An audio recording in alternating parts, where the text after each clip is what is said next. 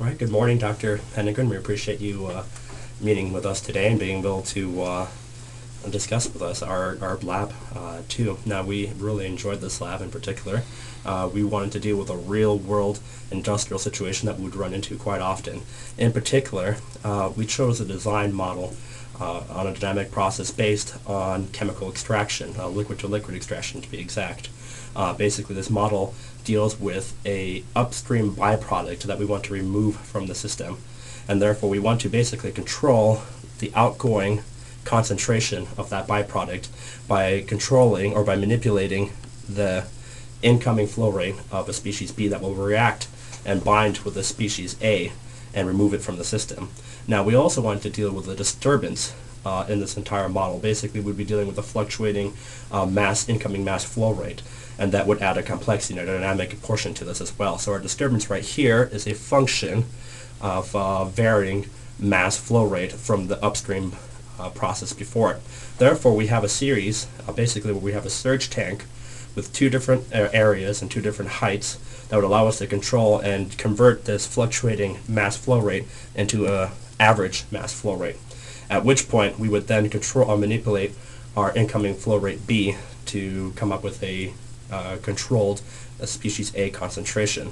Now, we dealt basically with a mass balance for the surge tank. In particular, we wanted to note the fact that we also included a flow resistance, an overall factor you'll see throughout the project, and then as well as a mole balance for a CSTR reactor, or our extractor, for this process. So we designed our process in Simile using we decided to use both a feed forward and a feedback loop. For our feed forward, our transfer function, we modeled it as a concentration difference, as well as in the parameters for gain and our time constant that we defined by the parameters of our system, so our areas of our surge tank, as well as the overall resistance force that we talked about.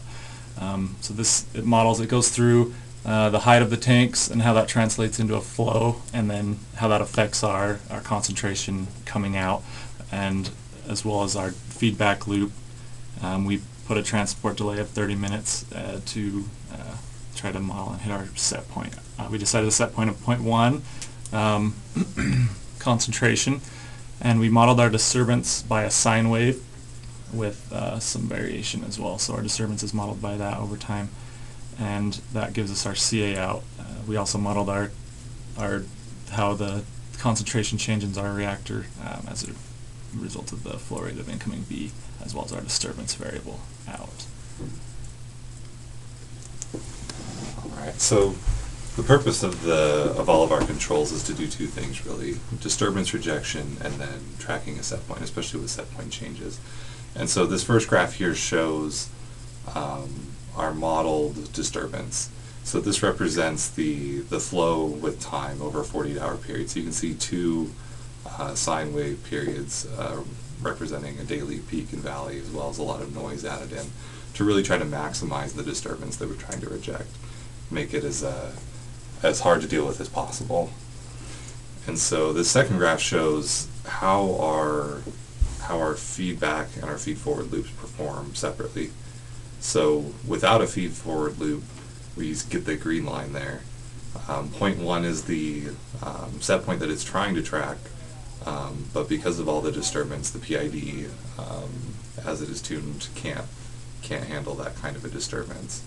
So it'll eventually, over a much longer period of time, settle in, but it'll continuously oscillate. Whereas the blue line there represents with the feed forward loop, and we get essentially 100% disturbance rejection, even with all of that disturbance. Which brings us to the second point, trying to track to a new set point. So, we're trying to eliminate A from our system, but we want to, assume this is like an environmental regulation, we want to eliminate as much as possible, but not waste B. So, say you need to change it based on regulation or anything else, we can track to a new set point relatively quickly. Takes about 5 hours to achieve that set point change.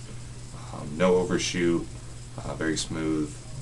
5 hours is quite a long time, but for a large CSTR that we're dealing with, not necessarily entirely unreasonable.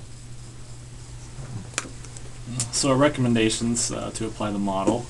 For like a scaled model, we recommend implementing a doublet test for the process to get a good idea of how it's going to react, and then to investigate the magnitude and range of our mass flow disturbances of our actual process.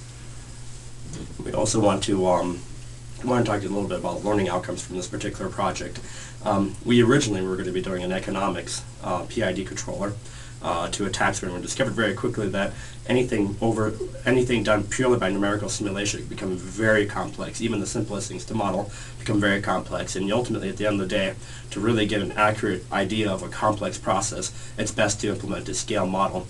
Secondly, something that we really kind of threw us off and really gave us a great lesson was on scaling.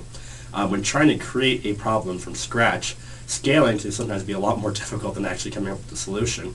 From the small and mass balances, we were able to come up to great solutions, but it took a whole other aspect of problem solving to make sure that we would scale the tank sizes and the incoming flow rates and the concentrations correctly, such that a PID controller could realistically handle it.